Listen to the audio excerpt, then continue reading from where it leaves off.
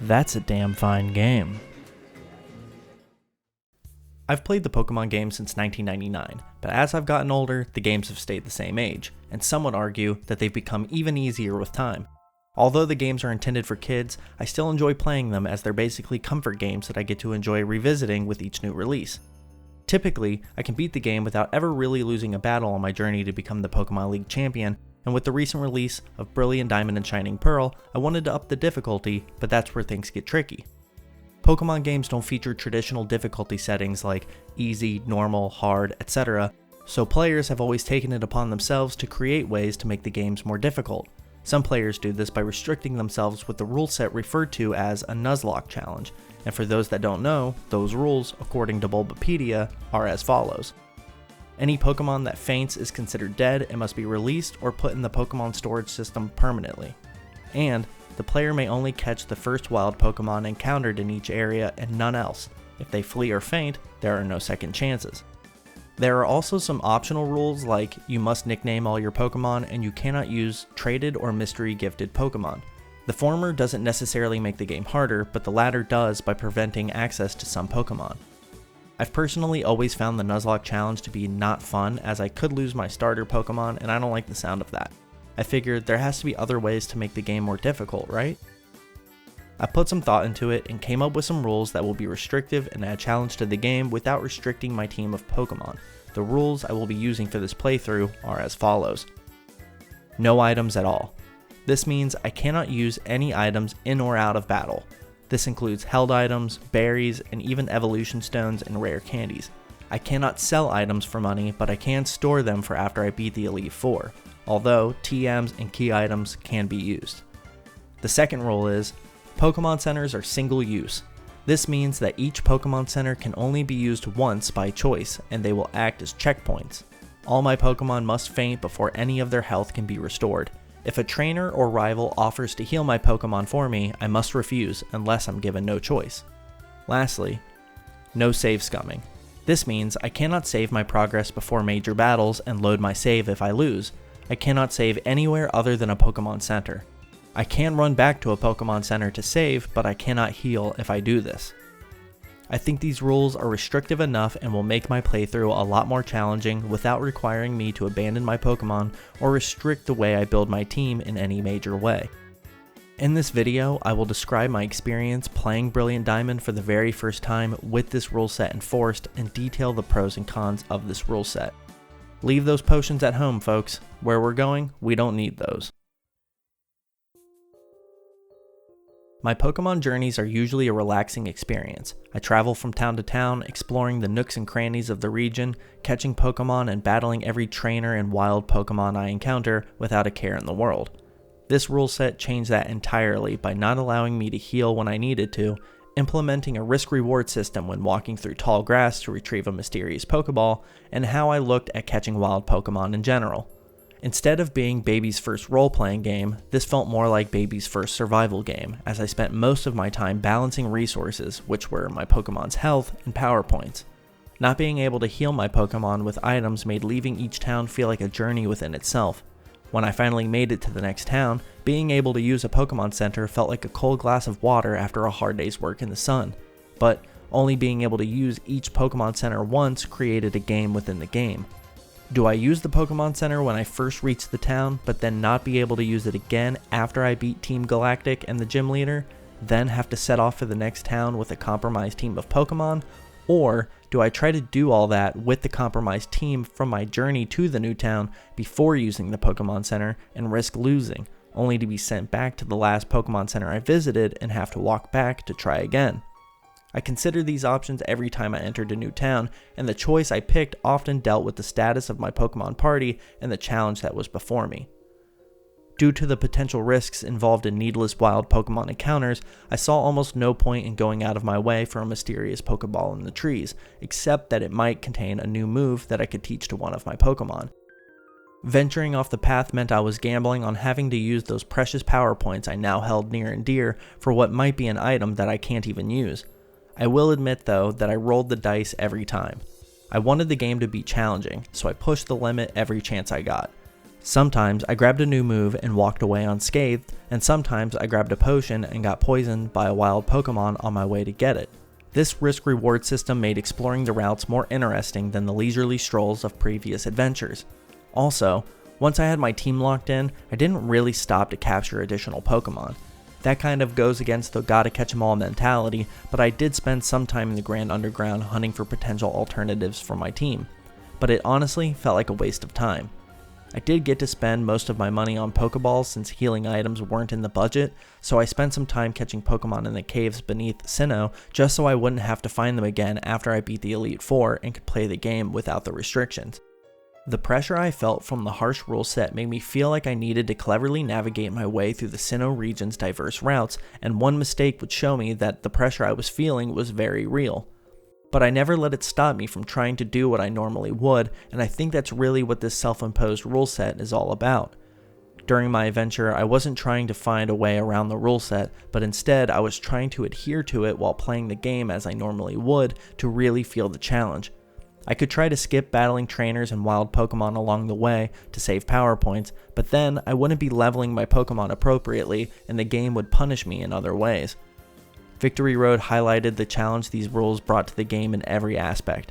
The cave was filled with tough trainers, riddled with wild Pokemon, and the many divergent paths led me astray several times. Everything I learned about exploring the game with this rule set was put to the test, and I was reminded of what I remember Victory Road feeling like as a kid. The single-use Pokemon Center rule mixed with no save scumming and no items made me look at the game in a completely different way. Suddenly, everything I took for granted now felt important and had weight to it. But to be fair, exploring the region is only half the game and is seriously affected by Pokemon battles along the way. I can be pretty stuck in my ways with how I battle in Pokemon games, and this rule set surprisingly bucked that trend. I typically brute force my way through the games with my starter Pokemon, and the rest of the team is only there as backup or as sacrificial lambs while I use revives and healing items to bring my starter Pokemon back from the dead mid-battle. But this time around, I had to use all my Pokemon. I got a deeper understanding of all Pokemon's stats and abilities, and I had to weigh the benefits of a move's damage versus the power points it has. Maybe the most important change this rule set encouraged was that I used all my Pokemon all the time. In the beginning of the game, my Chimchar led the charge while I filled out my team, but once I got into the middle of the game, I was cycling through my Pokemon and using them to their full potential. I was forced to maintain my Pokemon's health and power points by carefully choosing which Pokemon and moves to use to make sure that they wouldn't faint and could continue to be viable from battle to battle. Not being able to simply use a Super Potion, or Paralyze Heal, or Ether to restore my team's health, wipe away any status effects, and replenish power points made me strategize in ways I never had in a Pokemon game. This resulted in me getting a better understanding of the type effectiveness of my team and the enemies I encountered, as well as the stats of each Pokemon on my team. I always had a cursory understanding of how these gameplay systems worked, but I used to think things like, oh, I didn't know my Kadabra could learn Drain Punch, cool. Not considering that Kadabra has a lower attack stat than it does a special attack stat. So, although it's cool that Kadabra can learn a fighting type move despite being a psychic type Pokemon, it was ultimately ineffective for Kadabra. Learning special attack coverage moves like Shockwave or Dazzling Gleam instead would take advantage of the higher special attack stat and make up for those moves not doing the bonus damage a psychic type attack would. I was actually held accountable for this when I chose to teach my Roselia Petal Blizzard in exchange for Giga Drain. Then, when it came time to fight Bertha in the Elite Four, Roselia's low attack stat hindered Petal Blizzard and resulted in me not being able to one-hit KO Quagsire and Whiscash. I ended up having to go back to Route 209 to find the TM for Giga Drain, as I couldn't use Heart Scales to teach Roselia Giga Drain again with the Move Tutor. I also had to consider the enemy Pokemon's hidden abilities way more than I ever had before. An electric type Pokemon might have the static ability, and if I hit it with a physical attack, my Pokemon making contact with the electric Pokemon might cause mine to become paralyzed. In addition to accounting for my Pokemon stats and what moves best suited them, I often had to make compromises to avoid potentially getting poisoned or burned. The last thing you want to have happen is to leave a Pokemon Center, use Bite on a Budew, only to get poisoned by its hidden ability and not be able to go back to the Pokemon Center or use an antidote. I always hated when this would happen in the past, but during this playthrough, I had to avoid it at all costs, as it could seriously hinder my ability to make it to the next town in one piece. To avoid this, I often switched to a Pokemon that favored special attacks just to avoid physical contact even if it wasn't type effective, and would try to eliminate the enemy while taking as little damage as possible. If a Pokemon on my team fainted, that meant they were no longer earning experience. Despite the always-on experience share, I couldn't run the risk of fighting a water or psychic type Pokemon with Monferno, as taking a super effective hit without being able to heal could put the Pokemon in serious trouble, not only for the current battle, but for the ones to come. I would often switch a Pokemon out when their health points dipped into the red, that way they could still benefit from idle experience points from the experience share. Another way this rule set made the game more difficult was how I had to seriously pay attention to the moves that I taught my Pokemon. Close Combat is a great move, but only having 5 power points could mean that I run out of fighting type moves and could miss out on some super effective attacks. For example, my final moveset for Infernape was Low Sweep, Bulldoze, Shadow Claw, and Flamethrower. I found this to be a healthy mixture of coverage and power points per move, but to be honest, there didn't seem to be many coverage options that really took advantage of Infernape's high special attack stat, whereas my Roselia knew Giga Drain, Sludge Bomb, Dazzling Gleam, and Shadow Ball, which all took advantage of Roselia's high special attack stat and had decent power points per move. The next time I try this challenge, I think I'll take the moveset and moves' respective power points into consideration way more than I did this time around. Just like Victory Road put my out-of-battle skills with this rule set to the test, the Elite Four with this rule set challenged me more than I have ever been in a Pokemon game. Every Pokemon and move I used had to be carefully considered and planned out to most effectively take down each of the Pokemon before me. One mistake or one unlucky critical hit could change everything. By the time I finally beat the champion, every battle had become procedural and I knew when and where the pitfalls were. I can't believe I used to think the Elite Four were difficult when I had access to healing items and revives. I almost look at those items now as not being fair.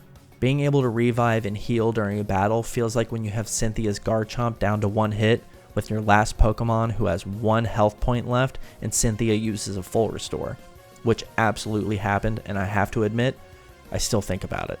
The rule set seriously changed the way I battled with my Pokemon, and although I feel like it made the journey more challenging overall, there are some moments when enforcing the rule set wasn't an option.